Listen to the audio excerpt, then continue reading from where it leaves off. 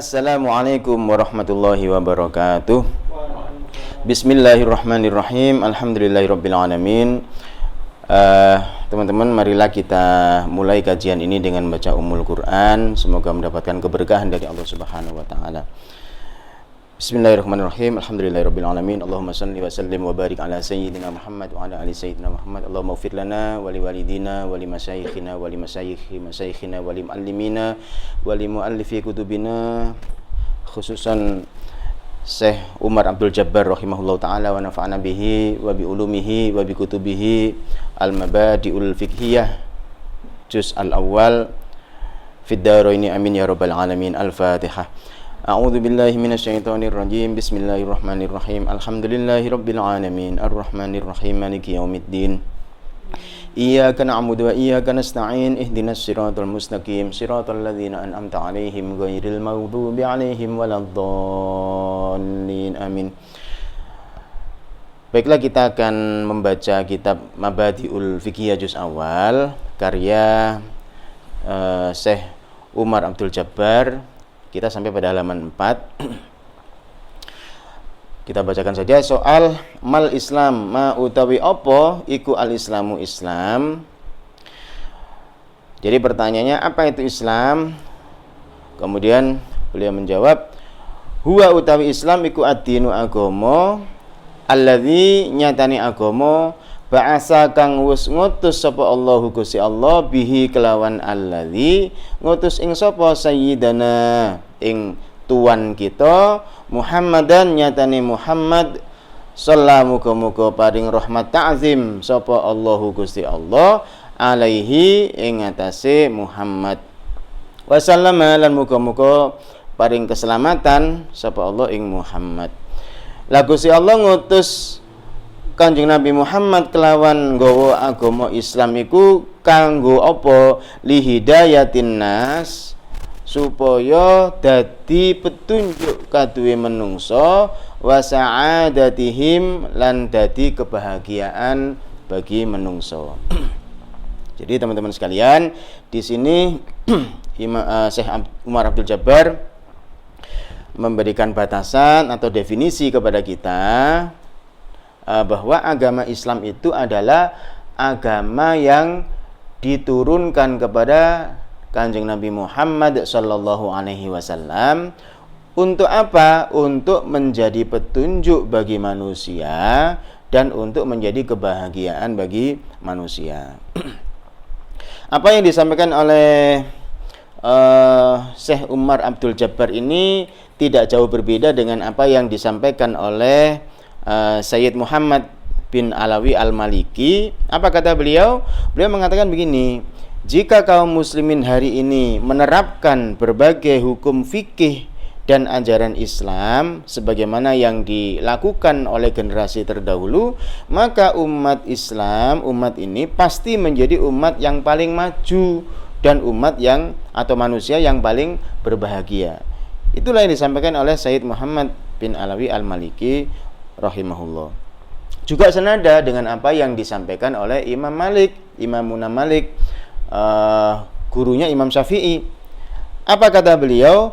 La yuslihu akhir hadhil ummati illa ma aslaha awwalaha.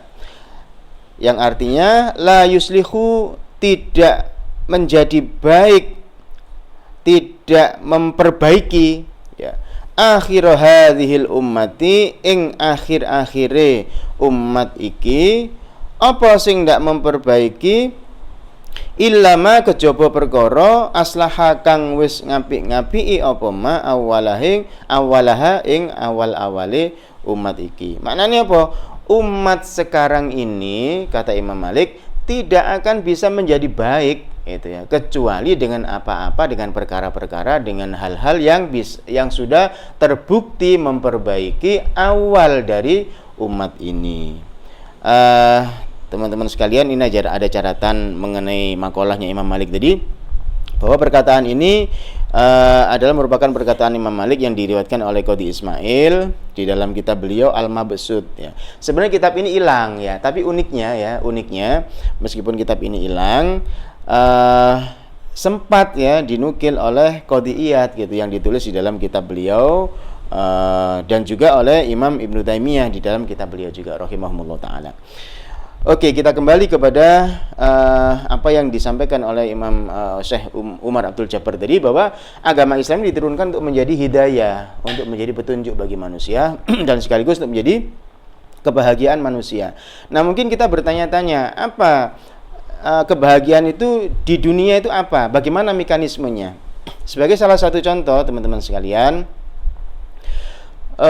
syariat Islam di bidang ekonomi, ya, itu Rasulullah menyatakan begini, an-nasu syuraka'u fi salasin fil ma' wal kala' wan nar. Manusia itu bersekutu dalam 3 hal, ya, dalam 3 komoditas. Yang pertama fil ma', di dalam hal air, ya, air itu adalah yang kedua wal kala', dan padang rumput, termasuk di sini adalah hutan, wanar, dan yang ketiga adalah api, termasuk di sini adalah mineral dan batu bara. Ada minyak bumi juga di situ, ada nikel, ada emas, dan seterusnya.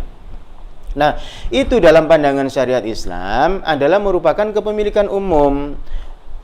Ada hadis versi yang lain itu disebutkan wasamanu haramun, harganya haram, tidak boleh diperjualbelikan, tidak boleh di profit orientedkan kepada rakyat gitu. Jadi oleh karena di dalam hadis tadi itu disebutkan bahwa manusia atau rakyat itu bersekutu atau memiliki secara bersama-sama 3 komoditas tadi itu, maka tidak boleh dikuasakan kepada perseorangan gitu ya. Baik perseorangan atau swasta itu lokal maupun perseorangan atau swasta asing gitu. Nah, terus bagaimana pengelolaannya, bagaimana eksploitasinya 3 komoditas tadi itu? Dilakukan oleh negara. Dan hasilnya itu akan diberikan kepada rakyat, ya. Sehingga ini akan menghasilkan pemasukan bagi APBN negara kita dengan sangat besar sekali. Ada seorang profesor yang bersimulasi dengan hutan kita.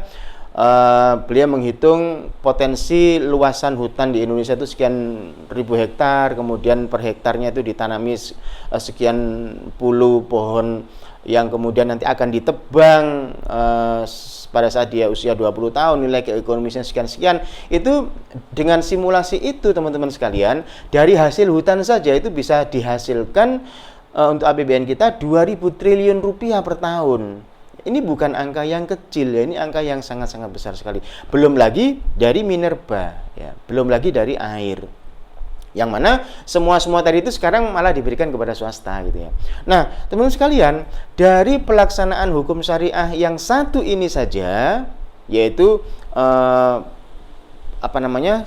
kepemilikan umum dalam 3 komoditas tadi itu yang pengelolaannya dilakukan oleh negara, kemudian hasilnya akan diberikan kepada rakyat secara umum, baik yang beragama Islam maupun beragama Kristen atau beragama apa saja ya, yang penting dia menjadi rakyat dari negara yang menunjukkan hukum syariat Islam tadi itu. Maka pelaksanaan hukum Islam atau syariat Islam yang lainnya itu akan bisa terjadi dengan baik. Apa yang saya maksud adalah pelaksanaan pendidikan. Ya, pelaksanaan pendidikan.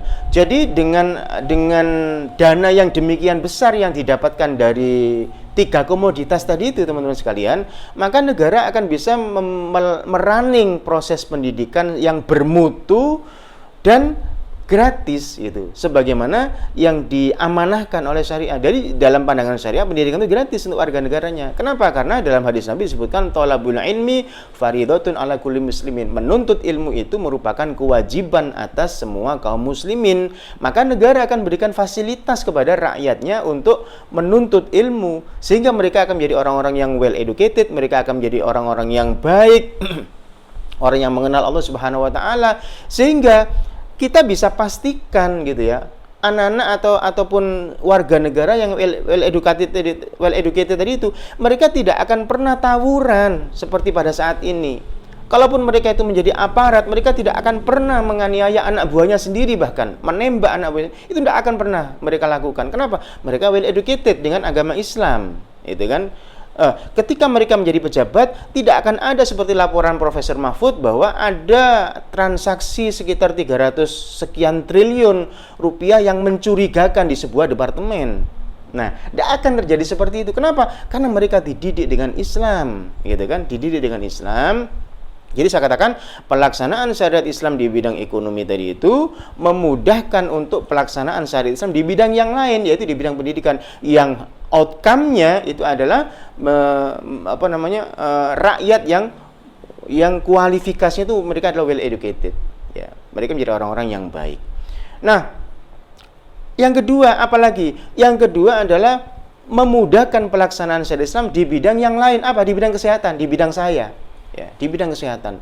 Jadi amanah syariat itu adalah bahwa pelayanan kesehatan ini haruslah diberikan secara cuma-cuma dan bermutu oleh negara kepada rakyatnya. Apakah rakyat itu mau agama Islam, mau agama selain Islam, mau orang miskin, mau orang kaya, mau ASN, mau swasta, mau apa saja, pejabat kah dia, rakyat biasa, semuanya mendapatkan pelayanan kesehatan yang gratis dan bermutu. Nah, ini adalah amanah syariah atau hukum syariah yang seperti itu. Artinya pelaksanaan syariah di bidang kesehatan tadi itu akan difasilitasi, akan dimudahkan oleh pelaksanaan syariah di bidang apa? Ekonomi tadi itu. Nah, kira-kira bahagia nggak sih? Gitu ya. Kalau dunia ini nggak ada tawuran, kalau di negara kita di Indonesia nggak ada tawuran, nggak ada nggak ada aparat anak buahnya, nggak ada korupsi, gitu kan? Kemudian kesehatan digratiskan oleh negara kepada semua rakyatnya. Kira-kira bahagia nggak sih dengan kondisi yang seperti itu? Nah, silakan komen di bawah. Kok kayak kayak kita itu main TikTok ya. Enggak. Ini kita sedang ngaji ya. Jadi, saya pikir apa yang disampaikan oleh Syekh Umar Abdul Jabbar tadi itu tepat sekali, bahwa agama Islam ini diturunkan kepada Kanjeng Nabi Muhammad SAW untuk menjadi hidayah bagi manusia dan sekaligus untuk memberikan kebahagiaan buat manusia. Nah, semoga bermanfaat apa yang kita kaji pada sore hari ini. Kita berdoa kepada Allah Subhanahu wa taala, semoga syariat agama Islam ini akan bisa betul-betul dipakai gitu ya oleh para pemimpin negara kita, sehingga akan kita menjadi orang-orang yang paling maju dan paling berbahagia sebagaimana disampaikan oleh Al-Alamah Sayyid Muhammad bin Alawi Al-Maliki, dan juga sebagaimana yang disampaikan oleh Al-Imam Imam Malik ya bin Anas di dalam makalah beliau.